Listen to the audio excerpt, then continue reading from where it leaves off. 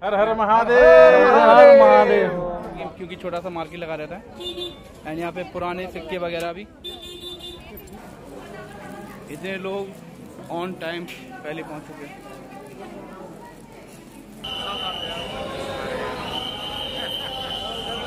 ऐसे ही ब्रह्मा विष्णु महेश इस तरीके से। नमस्कार दोस्तों, आज हम आपको लेके चलने वाले हैं त्र्यंबकेश्वर महादेव मंदिर। दोस्तों सामने एक कुंड दिख रहा है, इसको कहा जाता है कुशावत कुंड। एक पौराणिक कथा के अनुसार महर्षि गौतम द्वारा अनजाने में एक गाय का वध हो गया था। उस पाप से छुटकारा पाने के लिए उन्होंने भगवान शिव शंकर की घोर तपस्या करी थी। भगवान शिव शंकर ने उनसे प्रसन्न होकर गोदावरी नदी से महर्षि गौतम की शुद्धि के लिए आने का अनुरोध किया था। तो दोस्तों तभी से ब्रह्मगिरी पर्वत से गोदावरी नदी का उद्गम स्थल माना जाता है। जहां भगवान शिव शंकर ने चट्टान पर अपने बाल पटके थे, उसी बाल के आघातों से गोदावरी नदी का उद्गम स्थल हो गया था। कहा जाता है दोस्तों कि इसमें स्नान करने से लोगों के पाप धुल जाते हैं और इस द्वीप में स्नान करने के बाद लोग यहाँ पे काल सर्प की पूजा भी कराते हैं। और मैंने भी यहाँ पर काल सर्प दोष की पूजा कराई थी, क्योंकि मेरी कुंडली में दोष था। महाराज जी विधि विधान से सारी पूजा कराते हैं, जिसका खर्च 2500 रुपये आता है। यहाँ पे दोस्तों हमने तिलक लगवाया और अंदर मंदिर के पंडाल के लिए बढ़ गए। यहाँ पर भी उज्जैन की तरह राउंडिंग करके पूरा जाना पड़ेगा। और ये राउंडिंग का सिस्टम इसलिए रहता है क्योंकि जहाँ भीड़ जो होती है ना, तो भाई उस पर्पज से सभी लोग दर्शन कर पाए। So this is a good thing. जय महादेव।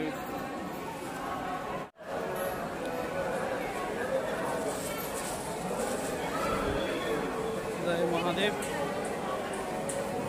अभी यहाँ पे तो खास कुछ भीड़ नहीं है, पीछे देखो भीड़।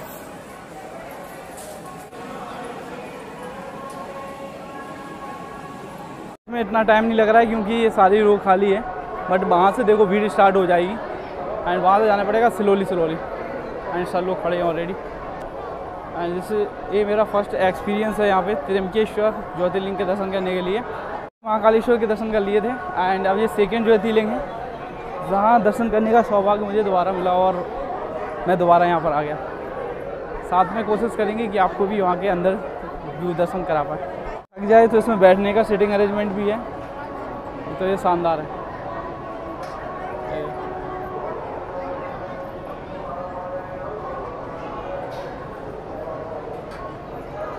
सो अभी समथिंग मुझे लग रहा है कि यहाँ से 10-12 रो और मिलेगी मुझे, तब जाके डायरेक्टली मंदिर तक पहुँच पाएंगे। एंड यहाँ कुछ खास आइडिया नहीं मुझे अंदर का भी, क्योंकि मैं यहाँ पर फर्स्ट टाइम ही आ रहा हूँ। ये देखो लाइव दर्शन हो भी रहे हैं यहाँ पे, जो LED हो रही है ना उस पर डिस्प्ले हो रहा है। त्र्यंबकेश्वर महादेव मंदिर शिवलिंग दिख रही होगी आपको। सबसे बेस्ट यही है कि आराम से आप यहाँ पे डिस्प्ले हो रहा है तो यहाँ पे भी दर्शन आराम से कर सकते हैं नॉर्मली। जय महादेव।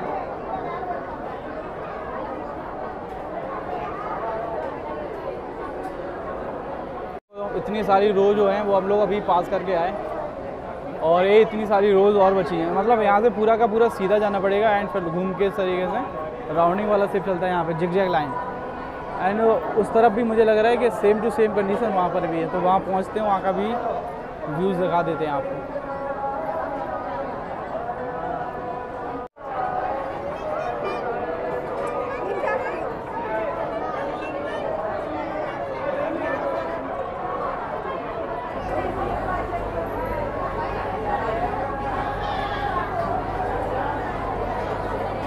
वही VIP वाला सिस्टम यहाँ पर भी है। एंड अगर आप लाइन से जाना चाहते हैं तो समथिंग 1 से 1.5 घंटा लग जाता है दर्शन करने में।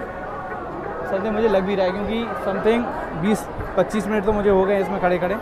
एंड लाइन देखो अभी भी बहुत ज़्यादा है। एंड आप जल्दी दर्शन करना चाहते हैं तो वही VIP वाली पर्ची 200 रुपये की कटा के आप डायरेक्टली जा सकते हैं और दर्शन जल्दी से जल्दी कर सकते हैं। तो दोनों यहाँ पे सुविधा अवेलेबल है। एंड अभी तक हम सिर्फ तीसरी कक्ष तक आ पाए हैं। सो अभी ऐसे 2 कक्ष और हैं। सो आई थिंक यहाँ दर्शन करने के लिए आपको 3-3.5 घंटे लग जाते हैं अगर आप प्रॉपर तरीके से दर्शन करना चाहते हैं लाइन में लग के। बाकी आप VIP पास लेके डायरेक्टली दर्शन कर सकते हैं, पास अगर लेना हो। And VIP pass best option है अगर टाइम बचाना है थोड़ा सा एंड और भी प्लेसेस घूमने हैं अगर आपको नासिक में, तो अदरवाइज़ 3 से 4 घंटे यहीं पे स्पेंड हो जाते हैं। वो नेक्स्ट आ गया, इसके बाद अभी एक और आई थी और भीड़ जितनी यहाँ दिख रही है ना उतनी पीछे छोड़कर भी आए। ये लाइव टेलीकास्ट चल रहा है वहाँ पे। जय महादेव, जय त्रिवेंकेश्वर महादेव।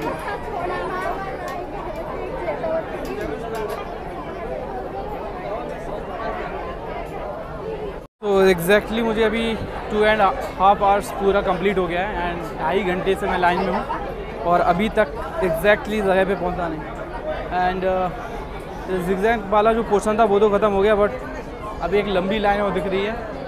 सो इस लंबी लाइन के बाद आई थिंक फिर इसके बाद मंदिर होगा एंड इसे भी कंफर्म नहीं है बिकॉज फर्स्ट टाइम आए हैं तो कोई आइडिया नहीं हो रहा है कि मतलब कितने देर बाद महादेव के दर्शन होंगे डायरेक्टली।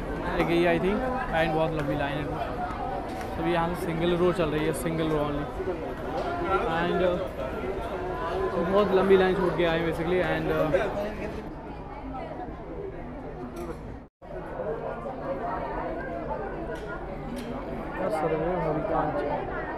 आई डोंट नो इसका मीन्स। जय शिव शंभू। हर हर महादेव, बम बम भोले, बम बम भोले, जय भोलेनाथ। सो अभी यहाँ से समथिंग 15 से 20 मिनट का टाइम और लगेगा बस एंड समथिंग 3 से 4 घंटे तो नॉर्मली यहाँ पे लगी रहे। तो जब कुंभ वगैरह लगता है तब तो आप बिल्कुल टाइम निकाल के आओ सारा दिन का, तभी दर्शन हो पाएंगे। महादेव, जय श्री राम। एंड सामने की तरफ वो मंदिर दिख रहा है जो ब्लैक स्टोन से बना हुआ है पूरा का पूरा। हर हर महादेव, हर हर महादेव, जय श्री राम। सभी लोग आ जाएंगे, ठीक है।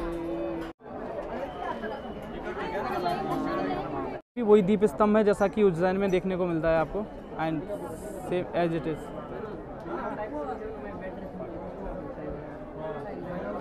ऐसा ही दीप स्तंभ आपको उज्जैन में भी देखने को मिले। ओम नमः शिवाय। सो सामने नंदी महाराज विराजमान है। यहाँ सामने जो आपको नंदी दिख रहे हैं, यहाँ लोग अपनी मान्यता रखते हैं कि इनके कान में कुछ कहने से वो है मन्नत पूरी हो जाती है और कई लोग यहाँ दर्शन करते हैं और नंदी बाबा के कान में अपनी मनोकामना ही बताते हैं। आप भी यहाँ आकर ये जरूर करें। एक पौराणिक मान्यता के अनुसार गौतम ऋषि और गोदावरी के आहन पर भगवान शिव ने इसी स्थान पर निवास किया था, क्योंकि गोदावरी नदी ने भगवान शिव से शर्त रखी थी कि हम जब धरती पर जाएंगे जब आप वहीं पर निवास करेंगे। त्र्यंबकेश्वर मंदिर अपने आप में एक विशेष महत्व रखता है, क्योंकि अन्य ज्योतिर्लिंग के कंपेयर में यह सबसे खास है, क्योंकि यह एक अकेला ऐसा ज्योतिर्लिंग है जहां ब्रह्मा विष्णु महेश तीनों देव विराजमान हैं। ऐसा कहा जाता है कि यह मंदिर 268 साल पुराना है। यह मंदिर नासिक की 3 पहाड़ियां ब्रह्मगिरी, नीलगिरी और कालागिरी के आधार पर हरी भरी हरियाली के बीच स्थित है। इस मंदिर की उद्घाटन 1756 में महाशिवरात्रि के दिन किया गया था। इसके चारों दिशाओं में द्वार हैं और इसकी कारीगरी, सूक्ष्म कारीगरी आप देख सकते हैं कि किस तरीके से कटिंग करके उस समय में इसको इतना भव्य बनाया गया था। इसमें छोटी छोटी मूर्तियां अंकित हैं जो कि आज भी वास्तुकला को दर्शाती हैं कि उस प्राचीन समय में भी किस तरह की वास्तुकला का प्रयोग किया जाता था। दोस्तों, यह मंदिर के अंदर वाला सीन है जहाँ पर आप दिख रहे होंगे तो कई सारे भगवान के दर्शन में लगे हुए हैं लाइन में, और यहाँ पर कुछ पुजारी पूजन भी कराते हैं जिसके अलग अलग चार्जेस हैं। इसमें जलाभिषेक भी होता है और रुद्राभिषेक भी होता है। रुद्राभिषेक का चार्ज यहाँ पे कितना है वो आगे बताएंगे हम आपको, और जलाभिषेक का कितना है वो भी आगे बताएंगे। ये प्यारा सा झूमर और मठ बना हुआ है जो कि अंदर में काफ़ी मनोहर लगता है, और इस बीच पंडाल में सारे यहाँ पे पंडित जी जो हैं वो कराते हैं यहाँ पर पूजन, जो कि लगातार चलते रहते हैं। आगे की तरफ देखेंगे आप तो हम गर्भगृह के भी पास ले जाएंगे आपको, और गर्भगृह में एक कांच लगा हुआ है जिसमें देखकर हमें दर्शन करने होते हैं, क्योंकि भगवान शिव की प्रतिमा काफ़ी नीचे है जो कि हमें यहाँ से स्पष्ट नहीं दिखाई देती है। जब हम पास में पहुँचेंगे तो ऊपर लिखे दर्पण में देखकर ही उनकी दर्शन प्राप्त करेंगे। जय भोलेनाथ। अभिषेक करा सकते हैं, वहाँ से आप पूजा करके। गोदावरी नदी के कहने से यहाँ पर ही भगवान शिव ने निवास किया था, तब से इस स्थान का काफ़ी महत्व है, जो कि 12 ज्योतिर्लिंगों में से एक है, जिसे त्र्यंबकेश्वर ज्योतिर्लिंग के नाम से जाना जाता है। ऐसा कहा जाता है कि यहाँ से निकली हुई गोदावरी नदी भारत की सबसे दूसरी लंबी नदी है, जो कि बंगाल की खाड़ी में जाकर गिरती है, महाराष्ट्र से निकलकर। त्र्यंबकेश्वर महादेव मंदिर पूरा ब्लैक स्टोन से बना हुआ है, पूरा का पूरा काला पत्थर है। क्योंकि यहाँ पर काली पहाड़ी काफ़ी मात्रा में पाई जाती हैं, तो ये पत्थर हो सकता है वहीं से निकालकर इस मंदिर का निर्माण किया गया हो। और इस पे जो कटिंग की गई है बहुत ही मनोहारी है और देखने लायक है, क्योंकि बहुत ही बारीक तरीके से मंदिर को बहुत ही सुंदर डिजाइन दिया गया है। यहाँ पे छोटी छोटी मूर्ति भी बनाई गई हैं और जिस तरीके की उस टाइम पे कलाकृति चलती थी वह स्तंभों में स्पष्ट देखने को अभी भी मिलती है। यह काफ़ी उल्लेखनीय और प्रशंसनीय है। कितनी सुंदर कारीगरी से इन्हें कटिंग करी गई थी, वो भी ब्लैक स्टोन की है सारी की सारी। यह इसका पश्चिमी द्वार है, जहाँ से लोग बाहर निकलते हैं। और ये मठ देखिए आप, किस सुंदरता से मठ लग रहा है। ऐसा मनोहर चित्रण और कहीं देखने को नहीं मिलता है। आप देख सकते हैं स्तंभों पर स्पष्ट कारीगरी दिखाई गई है कि पत्थर की किस तरीके से कटिंग करके इनका निर्माण किया गया था। ये बहुत ही भव्य है और काफ़ी उल्लेखनीय भी है। दार्शनिक काफ़ी दूर से यह सब दर्शन करने के लिए आते हैं। यह यहाँ का पश्चिमी द्वार है, जहाँ से लोग निकलते हैं, और जहाँ से हम गए थे वह उसका पूर्वी द्वार था। यहाँ पर काल सर्प जैसे और पित्तोद जैसे भारी भरकम दोषों का भी निवारण होता है और उनका पूजन बड़े प्रतिष्ठान से रूप में किया जाता है। यहाँ के पंडितों के द्वारा उसके चार्जेस अलग से लिए जाते हैं, जिसमें 5000 से लेकर 7000 तक पित्त दोष का चार्ज होता है। और काल सर्प का दोष 2500 रुपये, 2100 से लेकर 2500 रुपये होता है।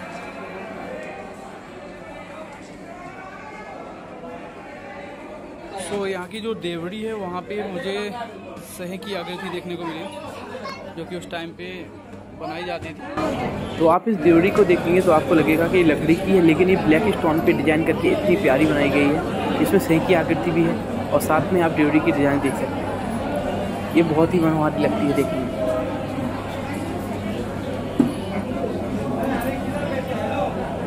ये पूरा का पूरा जो मंदिर है ना वो ब्लैक स्टोन से बना हुआ है, और ये ब्लैक स्टोन भी बहुत ही शानदार लग रहा है। अभी ये बादल देखो,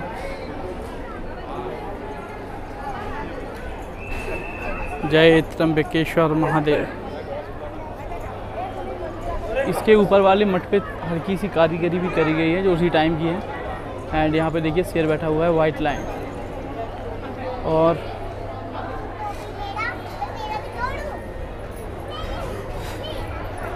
नीचे की साइड देखेंगे आप तो यहाँ पर भी हल्की सी डिज़ाइनिंग और वो होल दिए गए हैं जिससे पानी बाहर निकलता है बेसिकली मंदिर का। एंड छोटे छोटे हाथी, इसमें हाथी एक दूसरे से लड़ते हुए दिखाए गए। सारा का सारा ब्लैक स्टोन है, टोटल पत्थर से बने हुआ है।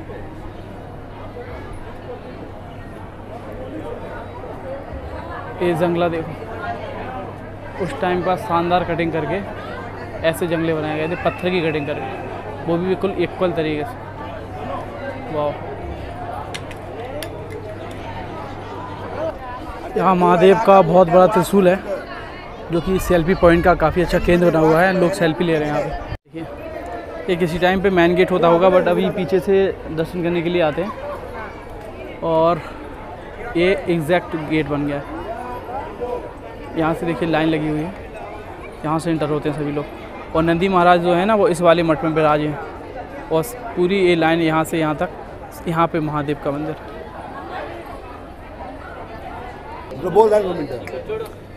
ये देखिए मंदिर पूरा का पूरा कैप्चर हो रहा है अभी। जय महादेव।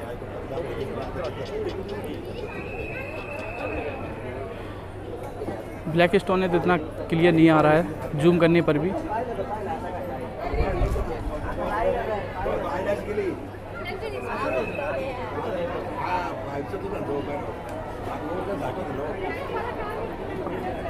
ये देखिए यहाँ पर भी कारीगरी है पूरे के पूरे मठ में, और मटकी की डिज़ाइन दी गई है यहाँ पे ऊपर तक। सो डूड बेसिकली ये वाला जो मंदिर है ना, ये चारों तरफ से बिल्कुल बहुत शानदार लगता है। मतलब पीछे की साइड से मैं अभी आया हूँ और यहाँ से देखिए आप नीचे तक बिल्कुल स्तंभ की तरीके की यहाँ पे मठ बना हुआ है, और नीचे तक आप बिल्कुल एक सा मिलेगा आपको। बारीकियाँ देखिए आप, एक एक स्तंभ same to same as it is symmetry से बना हुआ है। बहुत ही प्यारा उस टाइम की सिमेट्री।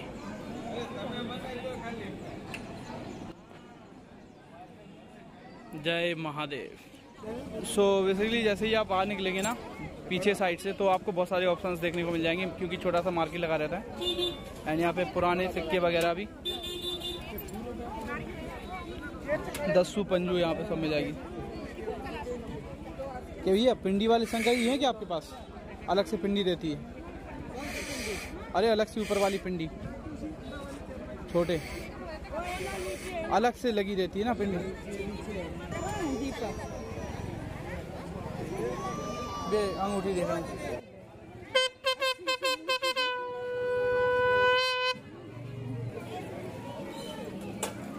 सो भैया शंख वगैरह, रुद्राक्ष और भी बहुत कुछ। दर्शन करने के बाद आप पीछे स्थित मार्केट में भी जा सकते हैं और वहाँ से काफ़ी चीज़ें खरीद सकते हैं, जिसमें कि भगवान की शिवलिंग वगैरह भी है और भी बहुत कुछ सामान वहाँ पे आपको मिल जाता है। ये कि दार्शनिक स्थल पर जाकर आपको कुछ ना कुछ तो परचेज़ करना ही चाहिए। यहाँ पर सबसे ज़्यादा आपको शिवलिंग देखने को मिलेगी, क्योंकि छोटी बड़ी सभी साइज की शिवलिंग हैं। बेसिकली ये है मार्केट ऑफ नासिक। तो अभी है त्रिवेंकेश्वर। बेसिकली ये मार्केट है त्रिवेंकेश्वर महादेव मंदिर का। एंड यहाँ पे चारों तरफ शॉप्स हैं, जहाँ पे आप बहुत सारी परचेसिंग कर सकते हो। खाने पीने का भी बहुत सारा सामान मिल जाएगा आप।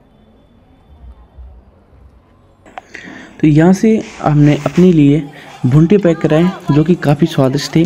30 रुपये का एक भुंटा था। आप भी यहाँ पे ट्राई ज़रूर करें, क्योंकि ये बहुत ही टेस्टी रहते हैं।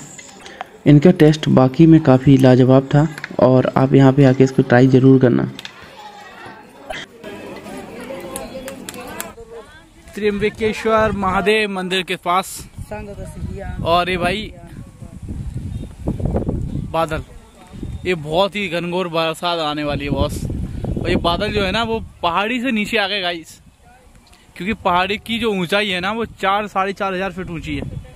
तो देखो कैसे लग रहे हैं पहाड़ी से नीचे बादल। वाह। सो बेसिकली मंदिर में जो अभिषेक का था वहाँ पे सिस्टम, तो मैंने उनसे पूछा महाराज जी से, तो वो बता रहे थे कि 1100 रुपये अभिषेक होता है रुद्र अभिषेक कराने का, जिसमें वो बाहर बैठाल के पूजन कराते हैं वहीं पे आंगन में। और रुद्र अभिषेक का जो भी सामान होता है वो डायरेक्टली वहीं पे लगता है भगवान के लिए। और दूसरा होता है जल अभिषेक, जिसमें लगते हैं 2100 रुपये, और रुद्र अभिषेक के लगते हैं 1100 रुपये। तो जल अभिषेक में क्या होता है कि आपका जो जल है वो अंदर जो पंडित जी हैं वो आपके सामने वो जल ले जाएंगे और डायरेक्टली त्र्यंबकेश्वर महादेव के ऊपर अर्पित करेंगे। तो 2100 रुपये लगा के आप अपना जल अभिषेक भी करा सकते हैं। जय त्र्यंबकेश्वर।